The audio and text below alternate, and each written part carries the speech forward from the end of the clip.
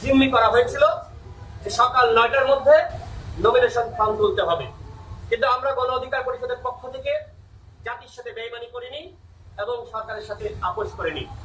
সে সময়ই বলা হয়েছিল যদি নির্বাচনে আমরা না অংশ নিই তাহলে সাবেক কেন্দ্রের প্রধানমন্ত্রী খালেদা জিয়ার যে অবস্থা এবং বিএনপির শীর্ষ নেতৃবৃন্দের যে অবস্থা আমাদেরও সেম পরিণত হবে। আমরা এত ভয় উপেক্ষা করেও আমরা আমাদের সংগ্রাম চালিয়ে গিয়েছি, সরকারের কাছে আমরা মাথা নত করিনি। আজকে আপনাদের সামনে আমি আমাদের দলের পক্ষ থেকে লিখিত বক্তব্য উপস্থাপন করছি। প্রিয় সাংবাদিক ভাইরা, প্রিয় দেশবাসী, আসসালামু আলাইকুম। জনবিচ্ছিন্ন ভারতীয় তাবেদার সরকার একদলীয় শাসন স্থায়ী করতে ভিন্নমত নির্মূলে প্রশাসন, আইন, আদালতকে হাতিয়ার হিসেবে ব্যবহার করছে। বিমর্ষ চিত্তে সকলকে ঈদ ও নববর্ষের শুভেচ্ছা জানাচ্ছি। ঈদ ও নববর্ষের আনন্দের রেশ কাটতে না কাটতেই সরকারের ফ্যাসিস্ট আচরণ শুরু হয়েছে। সংবাদ মাধ্যমে আপনারা সকলেই লক্ষ্য করেছেন 2022 সালে চট্টগ্রাম বিশ্ববিদ্যালয়ের একজন ছাত্রলীগ নেতা, তিনি গণ অধিকার পরিষদের সংগ্রামী সভাপতি নুরুল হক নূরের বিরুদ্ধে ডিজিটাল সিকিউরিটি আইনে একটি মামলা করেছিলেন। এই ভিত্তিহীন মামলায় গতকাল ডাকসুর সাবেক ভিপি গণতন্ত্র পুনরুদ্ধারে ফ্যাসিবাদ বিরোধী আন্দোলনে সময়ের জনপ্রিয় নেতা গণ অধিকার পরিষদের সংগ্রামী সভাপতি নুরুল হক নূরের বিরুদ্ধে আদালত কর্তৃক গ্রেপ্তারি পরোয়ানা জারি করা হয়েছে।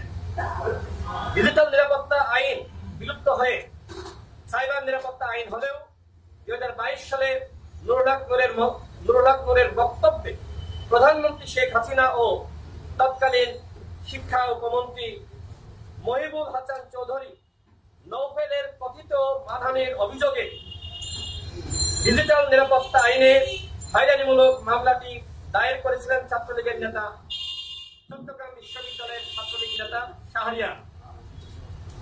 ভিন্নমত দমন ও সরকার বিরোধীদের মধ্যে ত্রাস এবং ভয় সৃষ্টি করতে ও হয়রানির উদ্দেশ্যে এই ভিত্তিহীন মামলায় গ্রেপ্তারি পরোয়ানা জারি করেছে।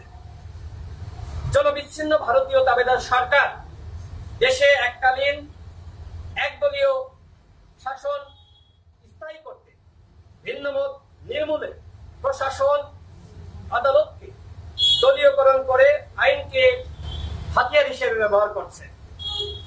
একতরফা দামি নির্বাচনের পূর্বে বিরোধী দলের অসংখ্য নেতাকর্মীকে গণগ্রেপ্তার, রাতে আদালত বসিয়ে ভিন্নমতের এবং বিরোধী দলের নেতাদের শাস্তি এবং তৎকালীন কৃষিমন্ত্রী ডক্টর আব্দুর রাজ্জাককে সরল স্বীকারোক্তি প্রমাণ করে অন্যান্য প্রতিষ্ঠানের ন্যায় আদালতও এখন সরকারের তল্পিবাহকে পরিণত হয়েছে।